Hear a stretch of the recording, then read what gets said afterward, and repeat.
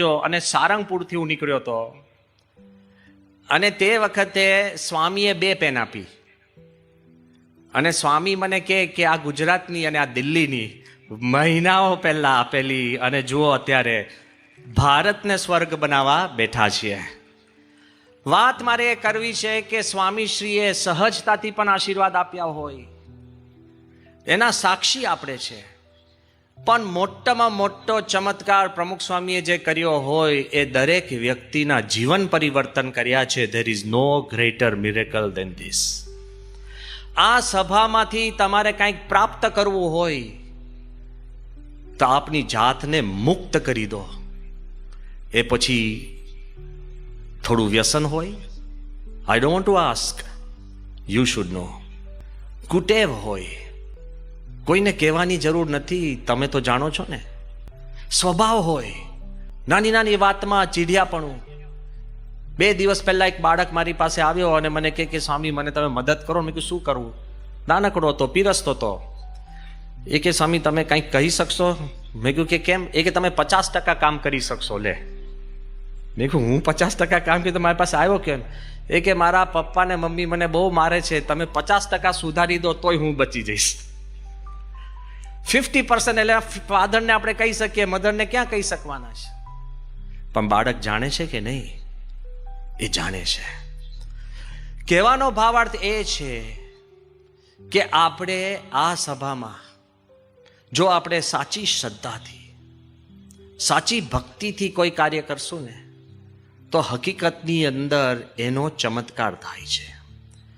જ્યારે અત્યારે આપણે દેશના 75 વર્ષ સ્વતંત્રતાના ઉજવવા ભેગા થઈએ છીએ ત્યારે આપણે એક વિચાર પણ ભેગો કરવો જોઈએ ને રાખવો જોઈએ કે જેમ આગળ મેં વાત કરી કે આપણે ભગવાનને મહત્વના માનીએ છીએ, પણ જ્યાં સુધી આપણા અંતરમાંથી લોભ અને સ્વાર્થ જતો નથી ત્યારે મહત્વપણું મહત્વ રહેતું નથી. તો એ ગુલામી કહેવાય, સ્વભાવની ગુલામી. પણ હું આપને બીજું દ્રષ્ટાંત આપું છું. જે ભારતીય નથી, ભારતમાં જન્મેલા નહોતા, જેને આપણી ભાષા પણ આવડતી નહોતી,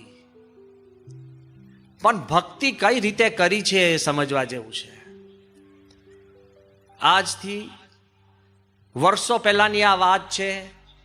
પહેલું વિશ્વ યુદ્ધ શરૂ થયું અને એ વિશ્વ યુદ્ધની અંદર રોનાલ્ડ નિક્સન કરીને એક યુવાન બ્રિટિશ માણસ, પોતે કેમ્બ્રિજ યુનિવર્સિટીમાં અંગ્રેજી ભણાવે એવો પ્રોફેસર, અને એ યુદ્ધ વખતે પોતે RAF કહેતા કે ફાઇટર પાયલટની અંદર જોડાયો અને 1914 થી લઈ 1918 સુધી પહેલું વિશ્વ યુદ્ધ ચાલ્યું.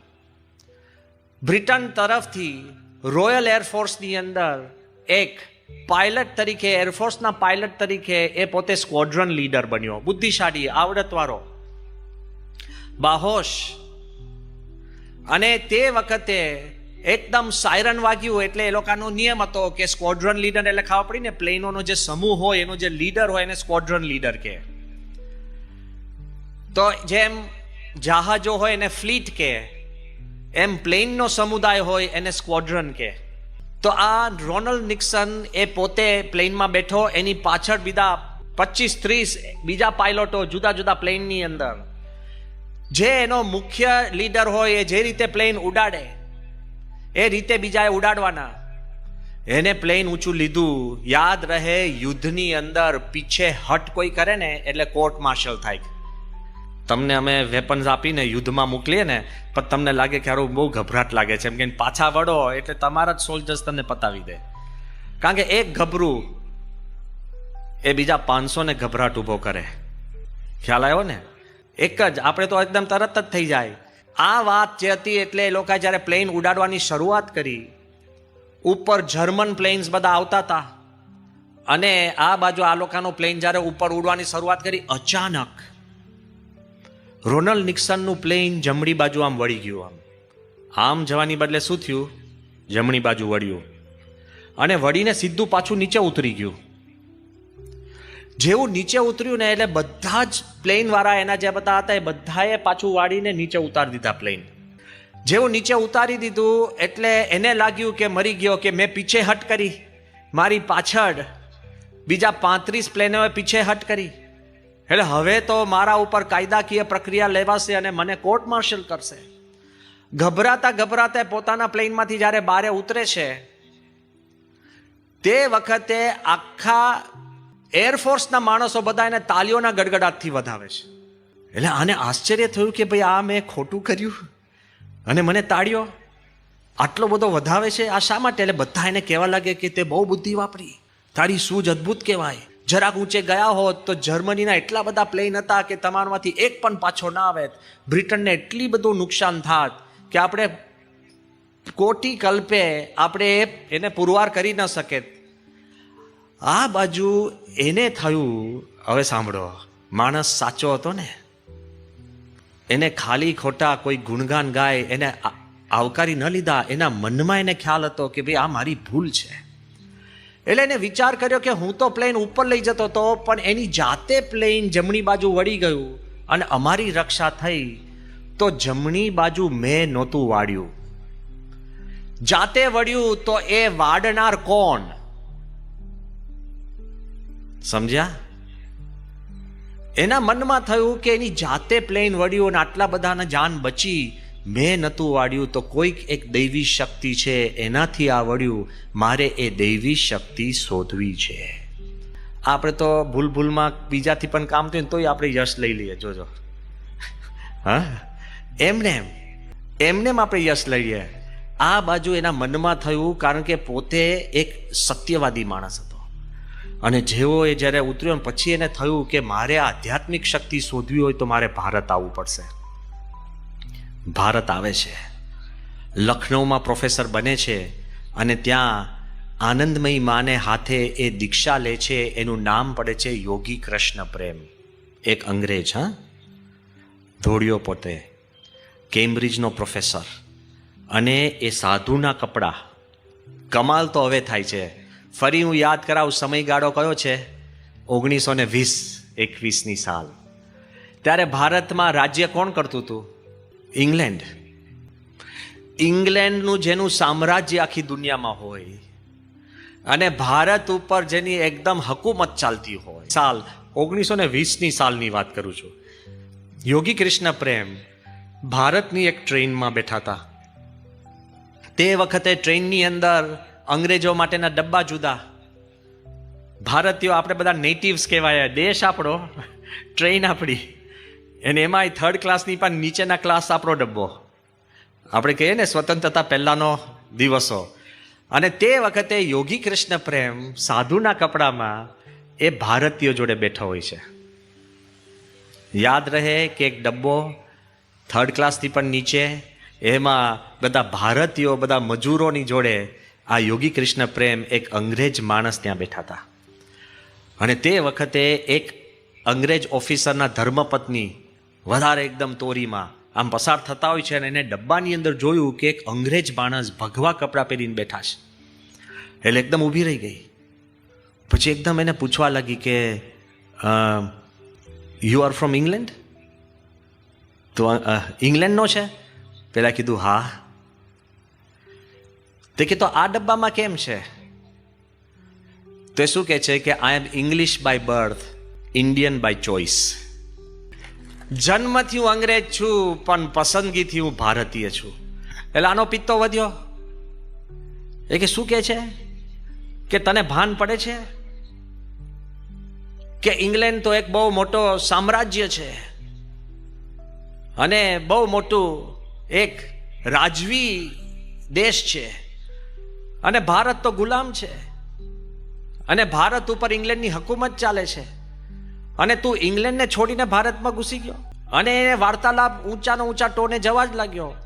આગળ કેવા લાગી કે તને ઇંગ્લેન્ડ પ્રત્યે કોઈ વફાદારી નથી? તને કીધું મેડમ, તમે ઘરે હતા તે વખતે હું ઇંગ્લેન્ડ માટે યુદ્ધ ખેલી ચૂક્યો છું. એ તો ઘરે બેઠા હશે. હું ઇંગ્લેન્ડ માટે યુદ્ધ ખેલી ચૂક્યો છું. તો પેલા બેન કહે છે કે તો તે ઇંગ્લેન્ડને દગો કેમ દીધો? Why have you betrayed your country? દગો કેમ કર્યો? એ વખતે ધીરે રહીને યોગી કૃષ્ણ પ્રેમે એની પાસે એક નાની થેલી હતી. એ થેલીમાંથી એને કૃષ્ણ ભગવાનની મૂર્તિ કાઢી અને કીધું, madam, can great Britain give me Krishna? આખું ઇંગ્લેન્ડ સામ્રાજ્ય ભેગું થઈને મને કૃષ્ણ આપી શકે એમ છે? તો પેલે કીધું કે ના, તો ઇન્ડિયાએ મને કૃષ્ણ આપ્યા છે. ભક્તિ કરવી એ લાચારીથી નહીં, ભક્તિ કરવી એ ખુમારીથી કરવી. બચારાપણા થઈને ભક્તિ નહીં કરતા. તમે જે ઈષ્ટદેવમાં માનો, જેમાં ભક્તિ કરતા હો, તમે જે ગુરુમાં માનતા હો, ખુમારીથી કરજો ને. એ ઝઘડ્યા નથી અને બેન જોડે જીબા જોડી નથી કરી, પણ લેશ માત્ર પોતાના ઈષ્ટદેવ માટેની ભક્તિ લેશ માત્ર એની ઓછી થઈ નથી. પ્રમુખ સ્વામી મહારાજે આપણને એ જ શીખ્યું છે કે ભગવાનને પ્રધાન રાખો. તો હમણાં જ આપણે વિડીયોમાં જોયું, નાનમ નાની જગા હોય, નાનમ નાની ક્રિયા હોય, કેવળ ભગવાન જ આગળ, ભગવાન જ બધું કરે છે. લેશ માત્ર પોતાની વાત હતી જ નહીં. હું અત્યારે જ આપને વાત કરું, ભગવતચરણ સ્વામી છેલ્લે મને યાદ આવ્યું, વર્ષો પહેલા મહુધામાં મૂર્તિ પ્રતિષ્ઠાનો ઉત્સવ હતો, મહુધા.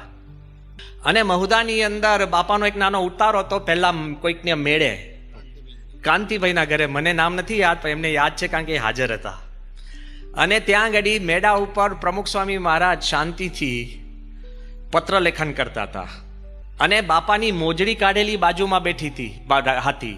ધર્મચંદ સ્વામી બાજુમાં બેઠા હતા અને પછી ભગવતચરણ સ્વામી આવ્યા ને હું પણ બાપા પાસે ત્યાં ગયો. સંતો કીર્તન ભક્તિ કરતા હતા અને તે વખતે બાપા જોડે વાર્તાલાપ શરૂ થયો પ્રમુખ સ્વામી સાથે. એટલે મેં સ્વામીની મોજડી હાથમાં લીધી. મેં કહ્યું, બાપા, આ તમારી મોજડીમાં એટલી દિવ્યતા છે કે કોઈને આ પેંગડામાં પગ આવે એવા નથી. પ્રમુખ સ્વામીની દિવ્ય મોજડી, એમનું કાર્ય, એમના પગલા, કોનો પગ એમાં પ્રવેશ કરી શકે? એટલે એ બધી વાત ચાલતી હતી. એટલે ભગવતચંદ સ્વામીએ વાત કરી કે બાપા, આપે કેટલા કાર્ય કર્યા કે ભલ ભલા જુએ તો એમને કોઈકને ઈર્ષ્યા આવે કે ઓહો, આટલું કામ, આટલું કામ, આટલું કામ. એટલે પછી મેં ઉમેર્યું, મેં કહ્યું, બાપા, તમને ખબર છે તમે શું શું કામ કર્યા? અને તમારા કામનું મેં કીધું કે અમે લિસ્ટ બનાવ્યું કે તો તમને જ તમારી ઈર્ષા આવશે, એવી મેં ખાલી વાત કરી. આ તો અમારી એકદમ મિત્ર ભાવની ગોષ્ઠી ચાલતી હતી. અને તે વખતે બાપા પત્ર લખતા હતા અને પછી સ્વામીએ ઉપર જોયું, અમે બેવ બેઠા હતા અને સ્વામી કે તું કે છે લિસ્ટ બનાવો, લિસ્ટ બનાવો.